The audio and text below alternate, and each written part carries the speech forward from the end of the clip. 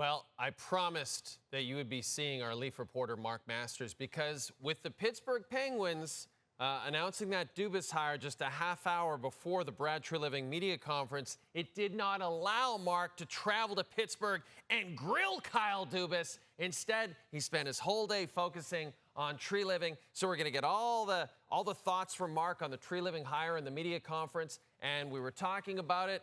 Very charming. Said all the right things about Auston Matthews, and that's priority one. So what's your sense, Mark, of how the Matthews situation plays out over the next few weeks as we get up to July the 1st with that no-trade clause kicking in?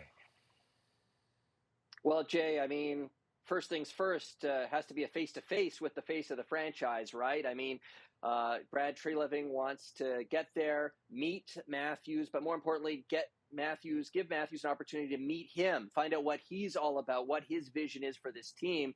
Matthews spoke so highly of Dubas on Locker Cleanout Day, spoke about how they have such a great relationship, and now it's time for Treliving to build some of that trust. He doesn't have a ton of time to do it based on the timeline and the fact that you just outlined that he's got that no-trade clause clicking in, that no-move clause, and can sign an extension on July 1st. So, Treliving calls it his top priority, Jay. I'd imagine a lot of urgency on that file.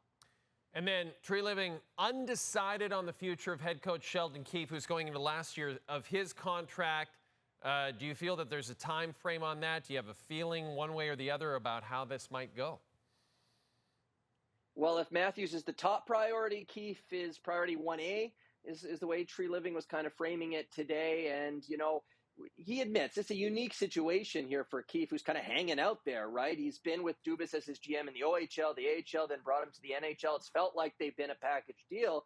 But Treliving praised Keefe today, pointed out his regular season success, the fact he's got these guys, these top guys playing well defensively. He was on Overdrive talking about how if Keefe was available, he'd be a top candidate for any of these vacancies. So he spoke highly of him, and he also reminded all the media that when he took over as Calgary's GM, he kept Bob Hartley, and Hartley rewarded that faith by being named Coach of the Year the next season. So I'm not sure about the time frame, Jay, but it's clear that Treliving is going into this coaching decision with an open mind.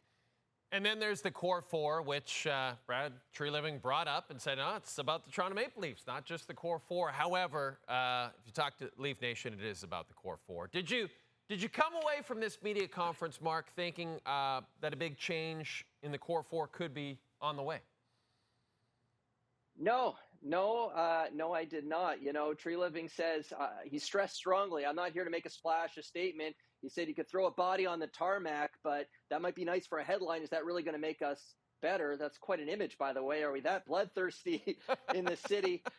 Perhaps we are.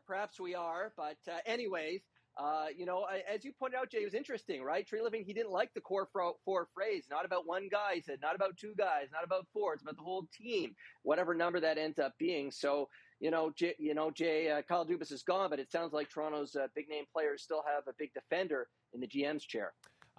30 days to July the 1st, and that is when not only Auston Matthews' no trade kicks in, but also Mitchell Marner as well. It's going to be a fascinating month in Leafland, as it always is, and Mark Masters will be at the front of it. Thanks, buddy. Appreciate you joining us.